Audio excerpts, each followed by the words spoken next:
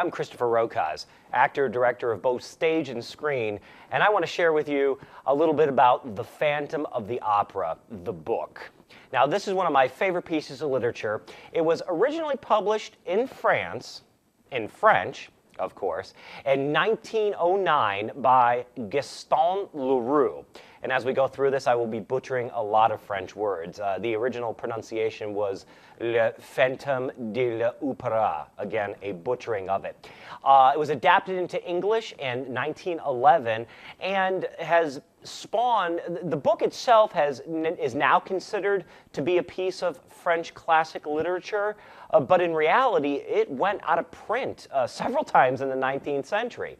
It's the adaptations, the several musicals, umpteen movies, radio play adaptations. Basically, if there's a major form of media, it's been adapted to it from The Phantom of the Opera.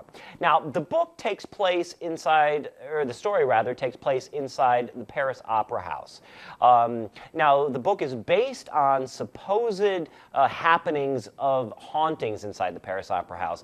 Most likely what happened was, it is traditional for a theater rather, and opera crews to play jokes on each other and things and create stories. They're a creative bunch of hauntings. But the story of The Phantom of the Opera takes place, like I say, at the Paris Opera House and involves a mysterious phantom who wreaks havoc and pulls the strings behind the scenes. In reality, as the story unfolds, we find out that he is a musical genius that's horribly disfigured that lives in the catacombs in the rivers that are actually there underneath the Paris Opera House.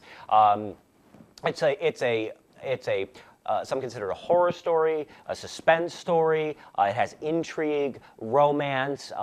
There is a famous love relationship between the Phantom, or I should say triangle, between the Phantom, Christine, an ingenue chorus girl who he helps raise her career and bring her up, and the Viscount de Chandy, I said I'd butcher it, Raoul, who is also her love interest.